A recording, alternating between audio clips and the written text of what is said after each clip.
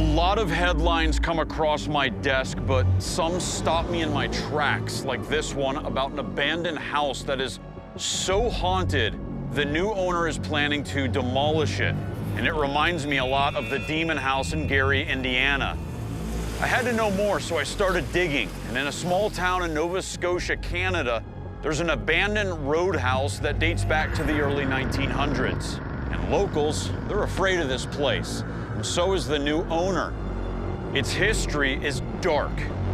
Has something evil inside driven two people to take their own lives? And now the owner is too frightened to go inside. Is something demonic lurking in this building?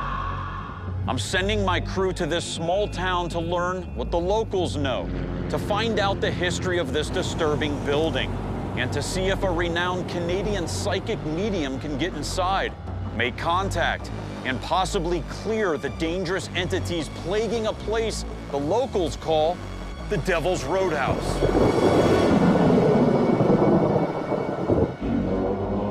Across every ocean. It is not too secure, too safe to get there. Lurking deep within the darkness, evil forces are preying upon the living. Exorcisms are on the rise in Mexico. I am sending a camera crew across the globe to document these events. I am Zach Bagans, and this is Destinations of the Damned. This is your final destination. You would pick up. Mapleton, Nova Scotia is a tiny town within Cumberland County. The region is the gateway to Nova Scotia from New Brunswick and mainland Canada. And like many communities, it needed a lodging house and stagecoach stop. Because of the severity of this case and people taking their lives inside this abandoned structure, said to be inhabited by the devil himself, it's important to first try and dig into the history. To understand that particular property, we've got to understand what was happening at the time throughout the region. If you think about a carriage at that time, it could go about 20 miles before the horses were really tired. So from Amherst to Mapleton was 20 miles. From Oxford to Mapleton was 20 miles. And then the next day, going down to Parsboro was another 20 miles. This place would be a roadhouse at that time, because what people were doing was they were coming to that area, spending the night, and people would be able to rest before taking on the mountain. After serving many years as a respite for weary travelers, the roadhouse shut down and the land was transformed into a farm. That is until 1947, when the Manouche family bought the property. It wasn't long before some in the community began wondering if the house was having a negative effect on the family. After all, it wasn't uncommon for locals to practice spirit conjuring. One thing that we know about this particular area, there were people that were part of the International Association of Good Templars. And they used as part of their ritual the idea of knocking to invoke the spirit. 3 times you would knock. You would ask a yes or no question of the spirit. In all of my paranormal investigations, I know that any form of spiritual knocking in a series of 3s indicates the mocking of the Holy Trinity and is demonic in nature. Could these past rituals have summoned the very devil said to be residing within this forbidden structure?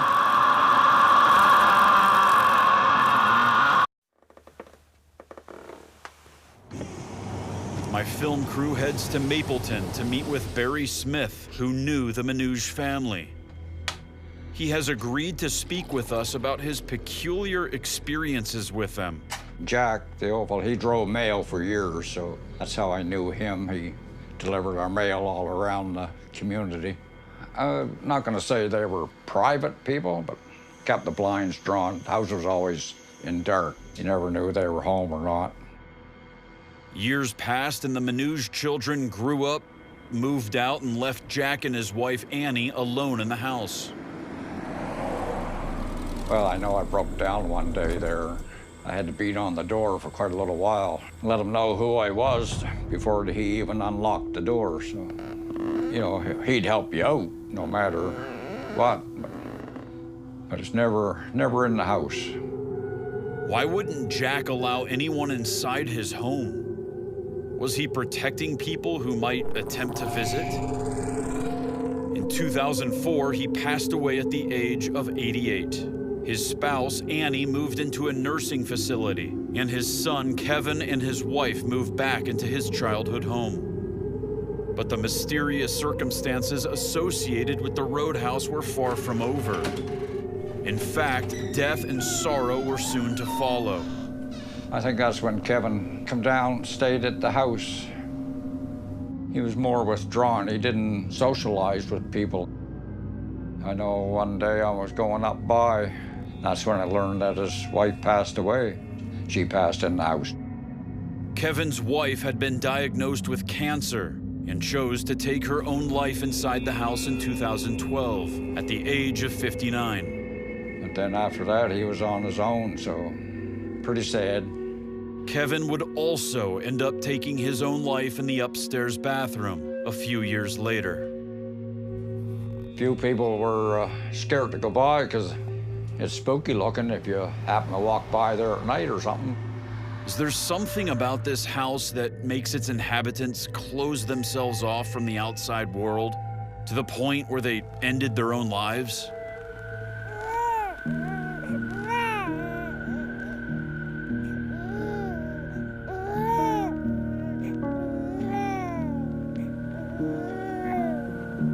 Kevin died in 2019. The house sat empty until it was purchased by Trevor Brenneman, who bought the home during the COVID-19 pandemic as a remote place he could escape to. He bought it sight unseen. When he arrived for the first time, he felt there was something following him in the house. It wasn't long before locals began telling Trevor the building was cursed by the devil.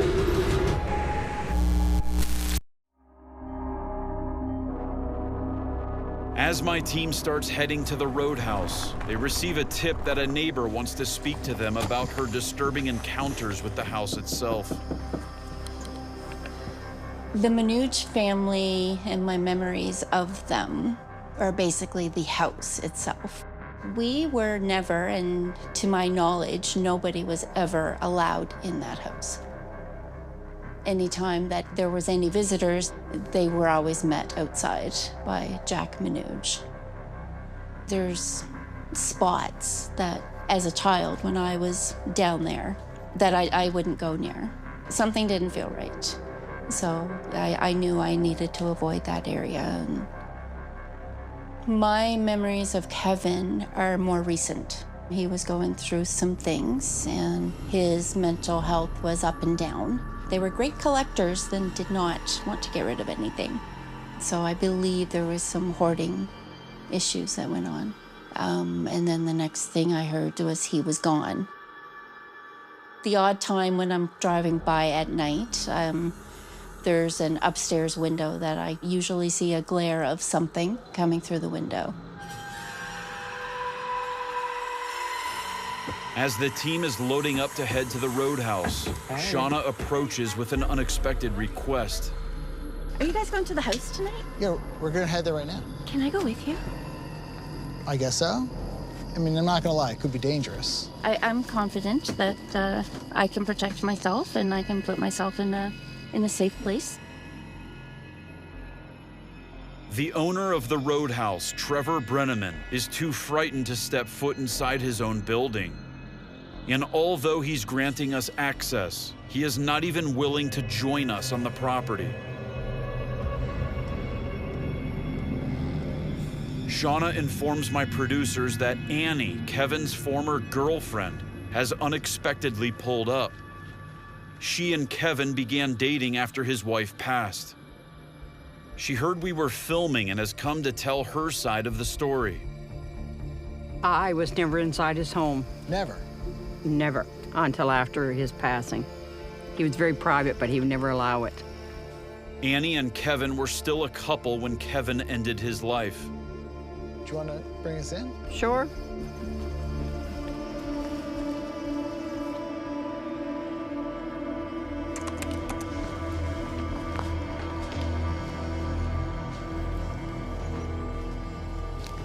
As they enter for the first time, they are filled with a sense of anticipation, along with a feeling of dread.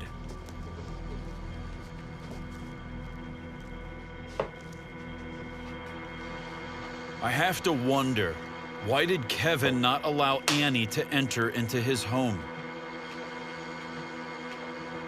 Is there something dark residing here? Kevin was a very quiet and private guy, and I met him many years ago. That was back when we were just teenagers, and then we met back up many years later. He did talk some about his wife that had passed, and these rooms up here he never used. They hadn't used them in years. I really don't know who had been in the house in many, many years, besides his wife when she was living.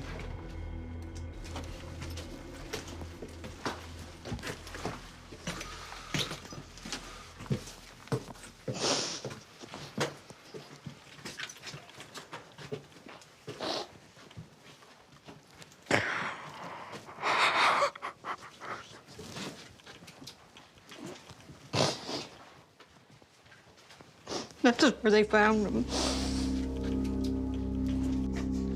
This was where they found him. It was right here in the bathroom doorway.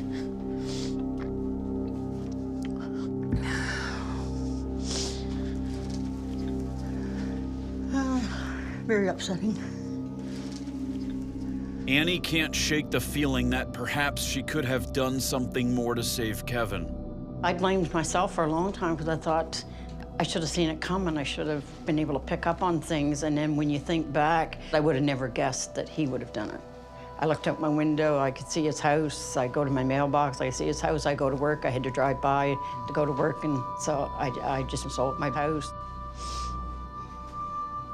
I come by every once in a while. I'll sit across the road or I'll sit out front and cry and talk to him for a while and then go home. But I feel almost like he doesn't want me in here. What was that?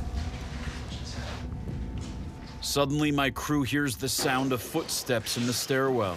What was that?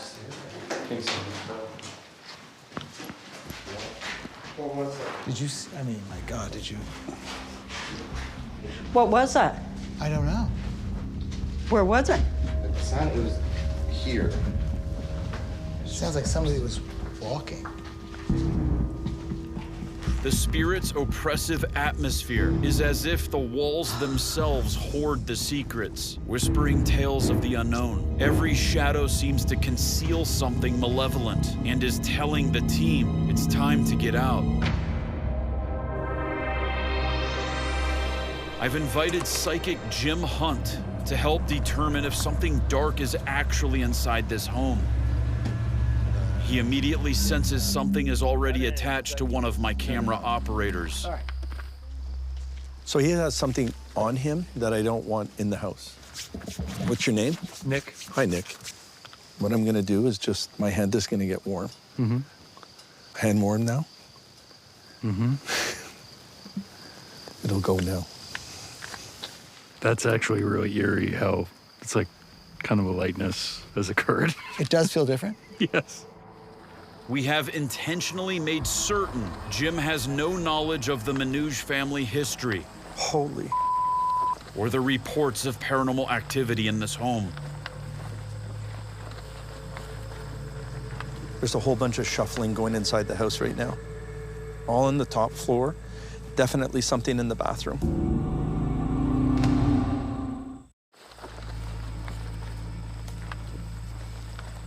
I'm coming in peace.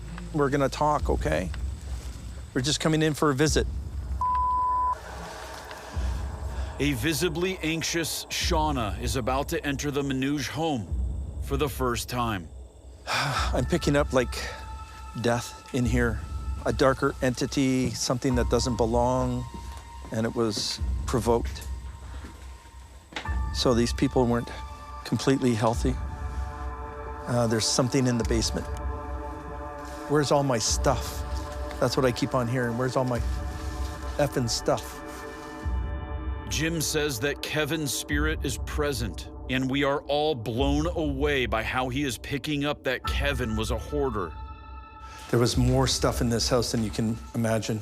These rooms were filled with garbage, filled. It's freezing right here. Right here? I can smell death. Suddenly, Shauna becomes affected and is having trouble breathing. She's gonna get sick. You feel okay? I'm sorry, my throat's just closing up a little bit. Don't let it take control. Can I? Yes. Your mom's so angry at you for being here, I know. and your mom's right beside you. Yes, she is. You'll be fine now, okay? Sorry, you won't cough again. We're just being yelled to get out, get out, get out. He is a strong piece of work. It makes sense that if Kevin didn't allow visitors in his home when he was alive, his spirit would still harbor the same protective feelings about his home. And he knows that I don't take it. You talk to me civilly. My camera just stopped. The minute he started threatening, my camera stopped. Full battery, it just decided to stop. There's no one upstairs, right? No. Jim begins using the form of paranormal communication with wooden knocking that we've learned is popular in this region. They used knocking to invoke the spirit. Go away now. I'm in charge. You don't do all to me. I've had enough.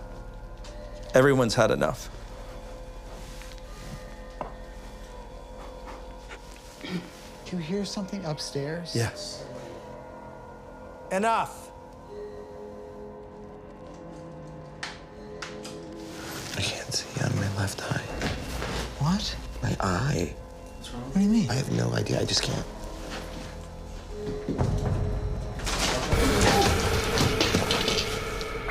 Thanks, guys.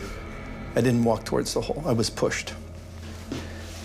I believe it is no coincidence that my producer experiences blurred vision at the exact same time Jim claims to be forcefully pushed into a hole. Griffin, how's your eye? It's good, but I'm gonna go outside. I have no clue.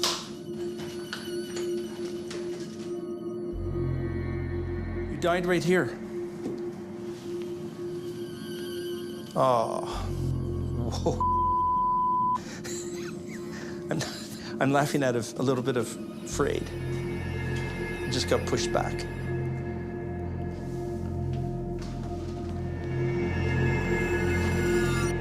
drawn to this.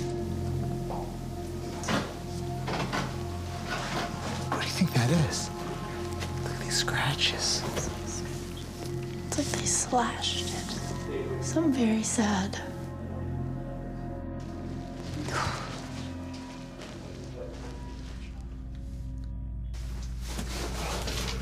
Sorry.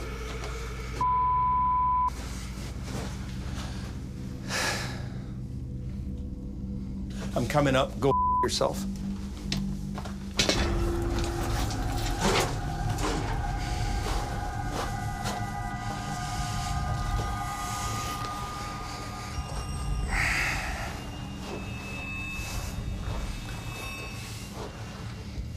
Nothing wins with me. I wonder why I don't do this anymore sometimes.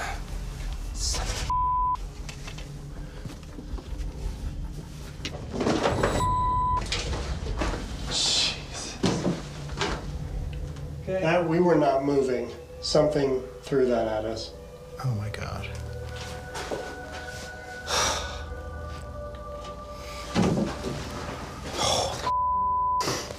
Something was really bad upstairs and I can't make heads or tails out of it. They just wanted to scare the out of us, that's all. Does anybody want to say anything? What was that? That was a knock. That was a total knock. That was definitely a dock. What was that? It's okay, come in this room and join us even with the camera, please. I can't protect all of us unless we're in the same room. My camera just shut off again. What's the battery reading? Battery's reading perfectly fine. You guys have had enough? Yeah. Because you've had way too much. Your guys are like, you're depleting, and I can't keep you safe anymore. Please. Okay? So let's go, okay?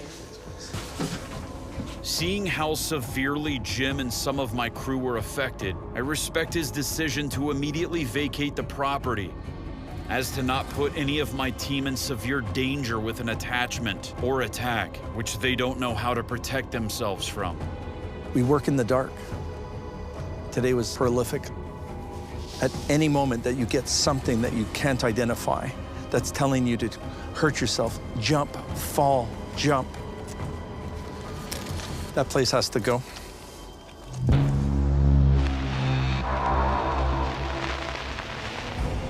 Next, we travel to an abandoned asylum built on ancient burial grounds in Italy, where a mysterious patient may have channeled supernatural forces to see into the future. Volterra Asylum in Tuscany, Italy, has been called the place of no return because thousands of patients sent there for treatment were never allowed to leave.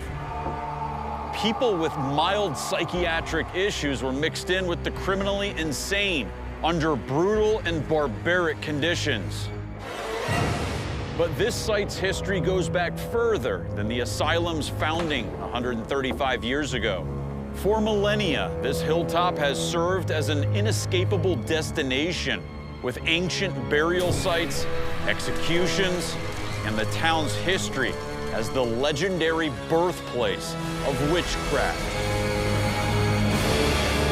Is it possible that thousands of years of gruesome history cursed this land before the asylum was even constructed? The asylum's most mysterious patient, a man who went by the name NOF4, may have found a way to channel this dark energy. I'm sending my crew to Volterra, Italy, to find out. My crew travels to the Tuscany region of Italy, to the walled mountaintop city of Volterra. They will rely on their guide and interpreter, Matteo, to help them navigate this investigation. Italy, of course, is a very famously religious place. Yeah. The Catholic Church. I think it's something that's really ingrained into Italian society and Italian culture, because we have like deep folklore everywhere around Italy. And actually, like, Volterra is the birthplace of the second pope in history. In order to better understand the impact this region's ancient history had on the asylum, my crew meets with an archaeologist named Dario. Shockingly, he tells us the asylum complex was erected directly over a 3,000-year-old ancient necropolis called Poggio alla Croce, which means hills with the crosses. Le prime attestazioni a Volterra risalgono al periodo neolitico, cioè circa 5.000-4.000 anni fa. The tombs underneath the asylum aren't accessible. Dario tells us that recently the 3,000-year-old tomb of a warrior was found near the building at the asylum. We do know that the tombs weren't sealed, but sometimes they were also used for some rituals. We don't know what kind of rituals. So the ground the asylum sits on was used for occult rituals and ancient tombs. Then, in the Middle Ages, the hill became an execution site. The prisoners from Volterra's prison, who were sentenced to death, usually were executed on the Hill of the Crosses, probably by hanging. The executions continued until the Volterra Asylum was built in 1888, sealing up or destroying most of the ancient tombs. During the 1950s and 60s, the facility expanded to become one of Italy's largest, accommodating a staggering 6,000 patients. Like many asylums from this era, in its earlier years, patients at the Volterra Psychiatric Hospital were subjected to horrible experimental treatments. The most infamous doctor at Volterra was Klaus Schilling. He later conducted malaria experiments on prisoners at the Dachau concentration camp during World War II. After the war, he was tried and condemned to death by hanging for his actions. Today, the asylum is being retaken by the forces of nature. However, the memory of the hospital lives on thanks largely to its most mysterious patient. To learn more about this fascinating figure, we meet with Andrea, whose father dedicated 30 years of his life as a nurse at the institution. He is an expert on the facility's most famous resident, Fernando Oresti Nannetti, also known as NOF4. Which stands for Nannetti Oreste Fernando. And so it's basically his name with the addition of Oreste, which was a name that Fernando liked, but it wasn't his name. Nannetti was born in Rome in 1927. He was abandoned by his mother at the age of 7, and from that point on, he spent most of his life institutionalized. Negli anni 40, in uno dei pochi periodi che Fernando trascorre fuori, durante una manifestazione sul lavoro, lui sta manifestando, offende un carabiniere. He was first sent to a psychiatric hospital in Rome, then transferred to Volterra in 1958. It was there that NOF4's behavior changed in ways some would describe as supernatural. When Nannetti was transferred to Volterra, he didn't speak to anyone, so he stopped talking, and some nurses described his attitude as vacant mutism, because he didn't speak to anyone, but he started scratching the walls of the courtyard with his belt.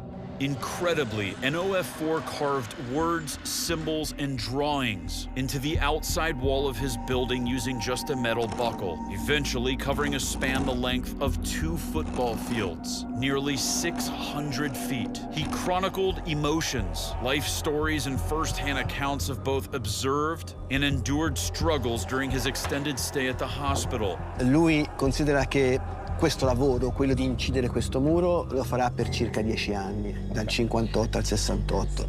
Angelo Lippi formerly worked as a social worker at the asylum. La mia opinione era che all'inizio mi sembrava il lavoro di un matto. Successivamente ho capito che invece era il lavoro di un artista. Now, after his death and for what he did at the asylum, is considered one of the first and most important art brut artists in Italy and in Europe. Art brut, or outsider art, is a term that describes works created by individuals isolated from society. But NOF4 is much too complicated to simply categorize as an artist. This enigmatic creature seemed to possess the ability to see into the future. He predicted the invention of cell phones, as well as the moon landing. Cioè, lui a un certo momento su una parete scrive, disegna un rettangolo e scrive di telefoni con antenne e quadrante televisivo. È una cosa che ovviamente, se pensi che viene fatta negli anni 60 e i primi cellulari arrivano negli anni 70. And also, 5 years prior to the moon landing, he wrote about the moon landing. He just approximated the date, and he was mistaken by only a few days. Is it possible NOF4 was communicating with supernatural beings? Tranquility Base here. The Eagle has landed.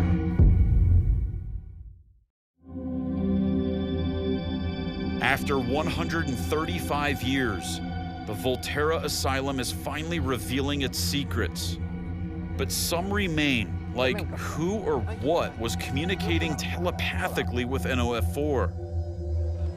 Cioè, lui dice che quando è arrivata a Volterra, lui è venuto così, casualmente, ma direttamente, in contatto telepatico mentale con una realtà che non era veramente terrena, ma che comunque gli dettava cosa scrivere e gli dava la cadenza alle giornate. Lui diceva, io per non diventare matto, quando lui detta, io...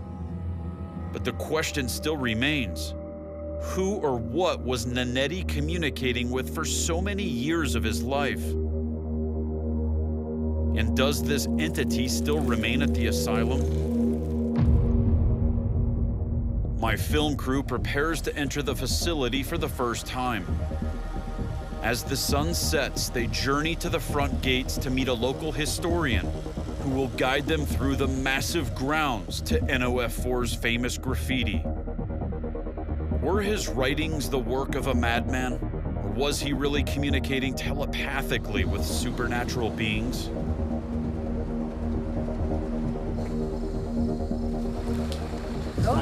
Hi, nice to meet you. I'm Alicia. Nice to meet you. I'm from Volterra. This is a place where usually we cannot go because it's closed. But as I live near here, I know it very well, and also because my grandfather and my grandfather and grandmother, they used to work here.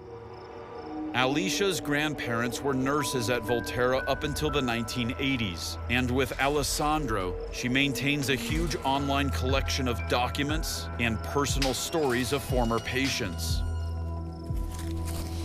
Alicia leads my crew to the only surviving section of NOF4's graffiti at the asylum. Only about a quarter of his writing has survived time and the elements. So these are the carvings? Yeah. So let me explain how it works. So he used to do pages of his, it was like a diary. As you can see, the pages are different. Some are smaller, some are bigger. And it depended simply on what he wanted to write. It all seems like a bunch of gibberish, basically. It is actually all understandable, and it was translated and put into a book.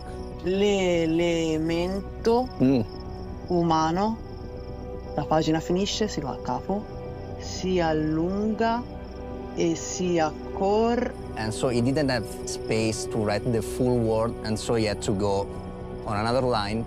He also wrote, "I am an astronautical mining engineer in the mental system, and the ghosts are repellent. After its second appearance, it takes on material features. The shadows, they are alive under the cosmos, so the drawing imagines them."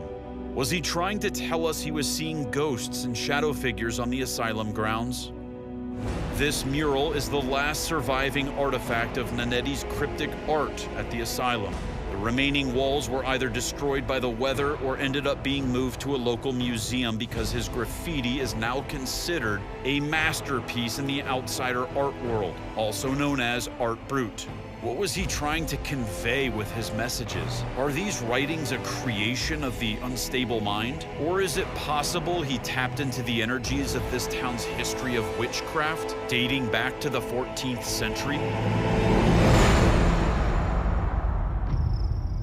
Amazingly, the town of Volterra is considered to be the birthplace of the world's very first witch. Her name was Aradia. She was born on August 13th, 1313, to the moon goddess Diana. She is described as a messiah-like figure sent to Earth to share witchcraft with humans.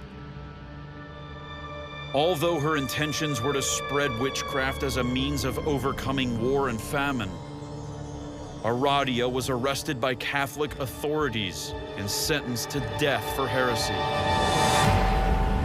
But on the day of her execution, her cell was empty. With Volterra's powerful bond to witchcraft, could it be Aradia that made contact with NOF4? Alicia Guarente is a local witch. She has offered to take us to the outskirts of Volterra, to what is believed to be the birthplace of all witchcraft, the Rock of Mandringa, also known as Witch's Rock. According to one of the legends, Aradia, the daughter of the goddess Diana and Lucifer, was born here in Volterra and under this rock. So it is said that all the witches of Italy and also Europe gathered around this rock to dance and to honor their goddess. Here, Alicia will perform a ritual in tribute to Aradia. Mi piacerebbe... c'è anche la luna. We also have a red moon.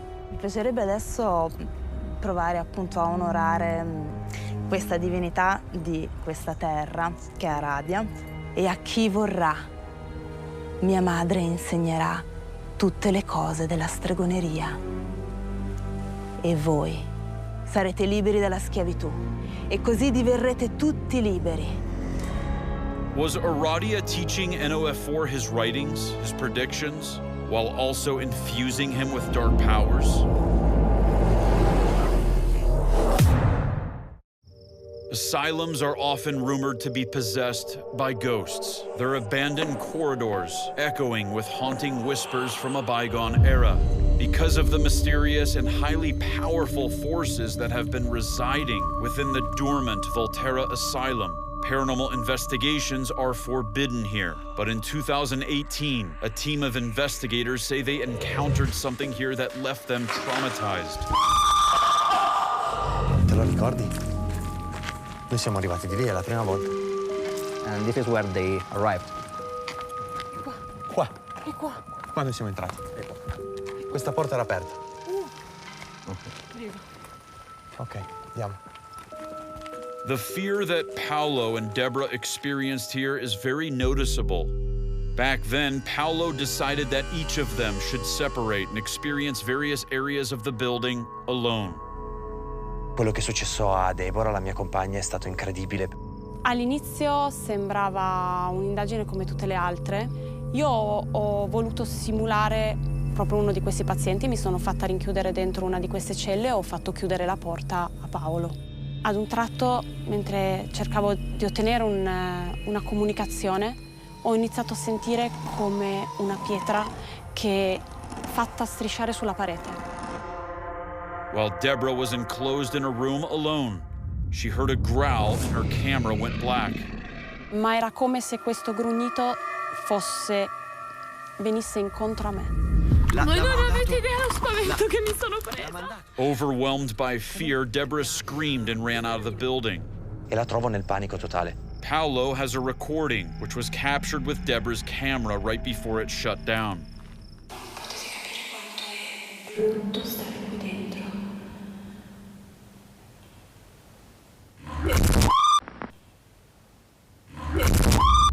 La senti prima dell'urlo? C'è la voce di un uomo, Since Paolo believes the voice belongs to a man, he suspects the contact might have been made by NOF4. They haven't been back to the asylum since, but the place has changed dramatically since then. Non era così distrutto quando siamo venuti noi. With marks of vandalism and numerous strange altars set up randomly, satanic markings, decapitated effigies. Collega tutte le porte. Filo rosso. Non è che vengono a fare poi ancora... Sono venuti a fare dei rituali, qualcosa. Okay, so obviously the choice of a red wire is on purpose, they think. Sì, spesso, cioè in Italia spesso viene usato il colore rosso proprio per effettuare determinati tipi di rituali. Abandoned places, especially if they are like energetically powerful, Yes. are often used to have various kinds of rituals. The team heads to NOF4's wall in hopes of determining if it was he who made himself known to Deborah in 2018.